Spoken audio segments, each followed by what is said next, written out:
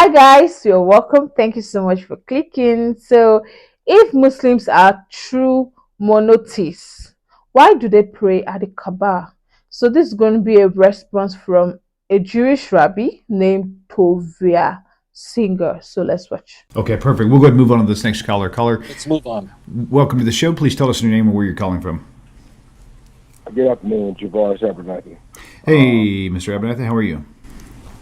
Hey, good. My question is, I've heard him mention the similarities between Judaism and Islam, and that how Islam is not an idolatrous religion, but we see the Muslims taking the pilgrimage to Mecca to kiss the Kaaba, the black stone, and then walking around it. How is that not idolatry? Okay, so just clarify to restate the question. I'm going to put it out there so I can have it for notes. But also, if I'm wrong with that, please correct me because I need to understand what's going on here. Okay, so basically, it says he mentioned Ramadan and kissing of the stones as far as No. I'll explain everything. Okay, So just re-explain the question altogether. Thank you. All right. Truthfully, it's best for a Muslim scholar to Answer this question. to address these questions. Yeah. I'm a rabbi, but the call was made to me, and I will be glad to answer it. Okay. Let me first state at the outset: Judaism is not an eclectic religion. We're not. If you are a true monotheist, if you say that there is one God and there is no other, as the prophet Isaiah and almost every prophet scream this, there really isn't much room for Hare Krishna. So Judaism, unlike Eastern religions as an example, is just not eclectic.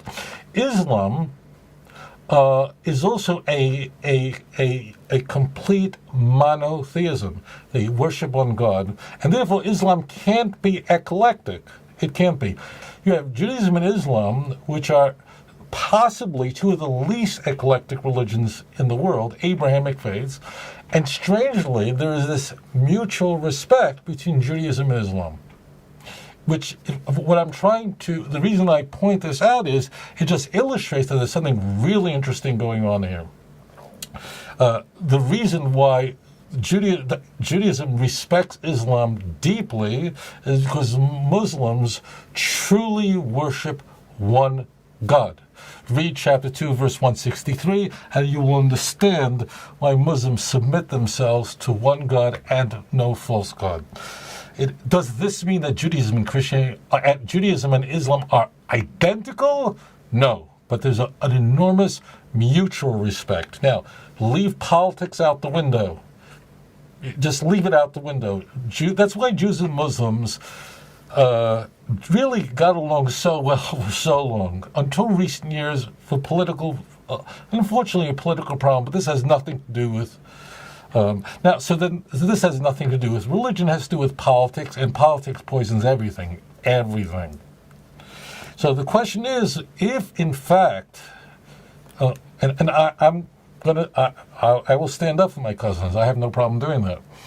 If in fact that Muslims are submitting themselves before the one true God, why are they going on a Hajj, which is one of the pillars of Islam? Why are they going to Mecca, and they're going to what's called the Kaaba? That word simply means the cube, and they're going around it 7 times. Why are they doing this? After all, that Kaaba was a place of idolatry, and it was. And every Muslim in the world will say to you right now that's watching or listening to the show is going, Amen, he's absolutely correct. There were actually hundreds of gods that were worshipped in Mecca during the Jahiliyyah, which means at a time when the Arab world was in a state of, the word really means stupidity or lack of knowledge. Okay? The key point of the Kaaba is that following the advent of Islam, meaning of Muhammad's message to his constituents is, and it's really in Islamic tradition, I should correct that, following the teachings of the Quran, Muslims then took what was a place of idolatry and transformed it into a place where one God is worshipped. So therefore, every Muslim will say, of course the Kaaba was a place where hundreds of gods are worshipped. This is a very well-known part of the history of the pre-Islamic period of Mecca.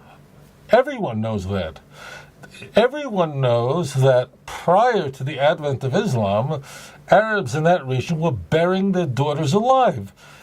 The first people to tell you that are Muslims. Jews might not want to say because we're afraid to insult anyone. Muslim will go, that's true. So the key is that when Muslims go on a Hajj, which in the Islamic faith, every Muslim is required to do that if they're able to financially and physically. If they're able to, they're required once in their lifetime to go to Mecca on this Hajj. They're not going there worship a cube, worshiping the Kaaba, which means cube. They are worshiping one God, and they are shouting the name La ilaha illallah.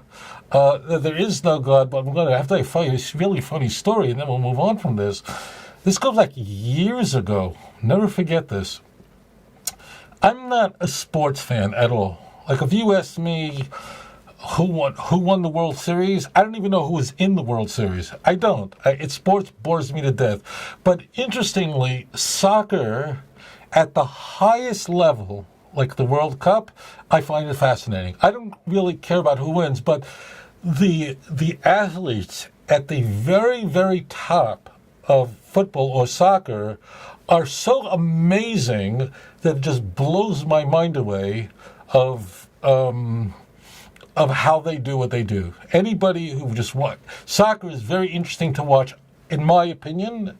I'm not the spokesman for sports, but in my opinion, at the highest level, at the World Cup level, it's unbelievable what these people can do. It really is. Just stand there and you go, I don't even know how a human being could do such a thing. I get exhausted just watching it. Now, I'll tell you a funny story. This goes back years ago. I don't know how many years ago this was. So what they do in the World Cup is they take the soccer ball and they put a emblem of a country on it. Okay, so they might put on the ball, they might put a emblem of the U.S. One year they had a ball, the soccer ball, and it had the emblem of Saudi Arabia.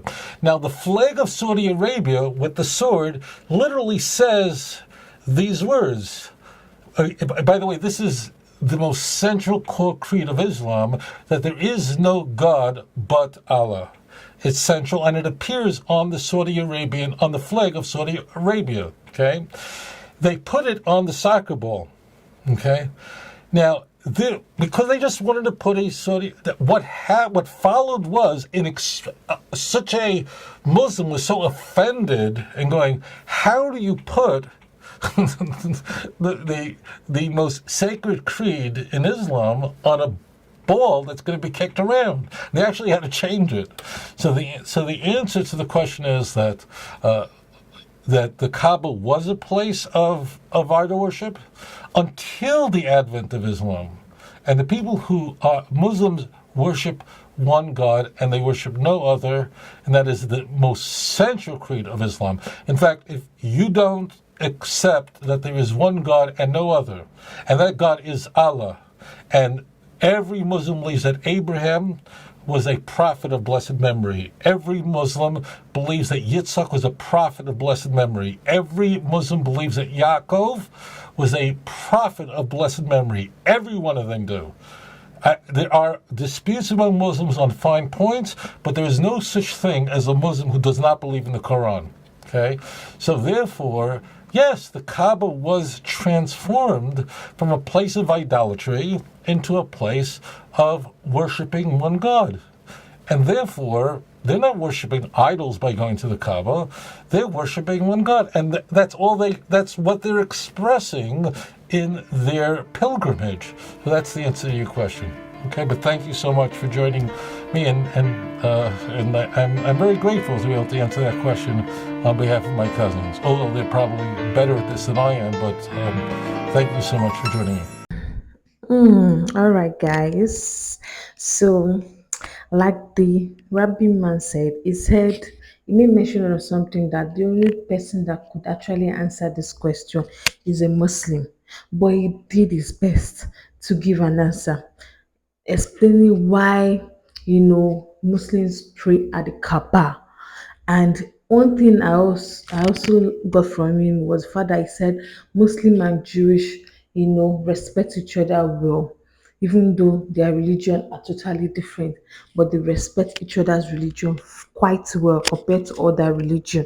So he tried to explain why, Muslims, before he said the Kaaba was like an idolatry, place, worshipped by so many gods before it was later turned to an holy place, whereas people go there to pray. So my question is that since people go there to pray, does like I don't understand why is it that it happens once in a year?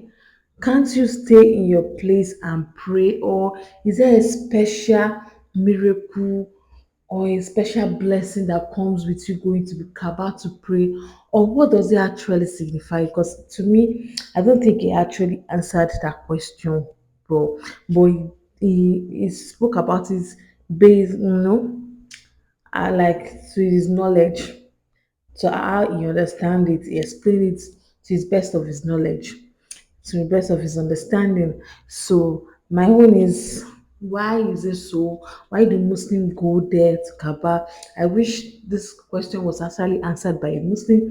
Maybe we are giving us a deeper, answer or answer that we are all expecting. So I'm just curious, guys, why do Muslim go there, and why is it that before you can go to the Kaaba, you have to you have to save a whole lot, especially if you are very far from that country. The money you use to get entry, the flight ticket and everything. Why is it that it costs so much for you to get to the Kaaba, and why is that you must wear white when you are going to Kaaba to actually pray? I think it happens once in a year, right? So I'm just curious. I really want to know. But the man did an amazing job by answering the question, to how according to how you understand. I'm sure he just gave us a brief history of how it all started, how the Kaaba came about. And one thing he also said is that Muslims are monotheists. They worship only one true God. So the person asked the question that if you are worshiping only one true God, why must you go to Kaaba to pray? So I think I would love it if I can hear from you guys in the comment box. I'm here to learn, guys. I'm here to learn. I really want to know, for somebody to actually think this deep and ask this kind of question. Maybe he has seen some things or he has experienced some things. So why is it so? Guys, that was a beautiful one. Thank you so much for watching. Bye.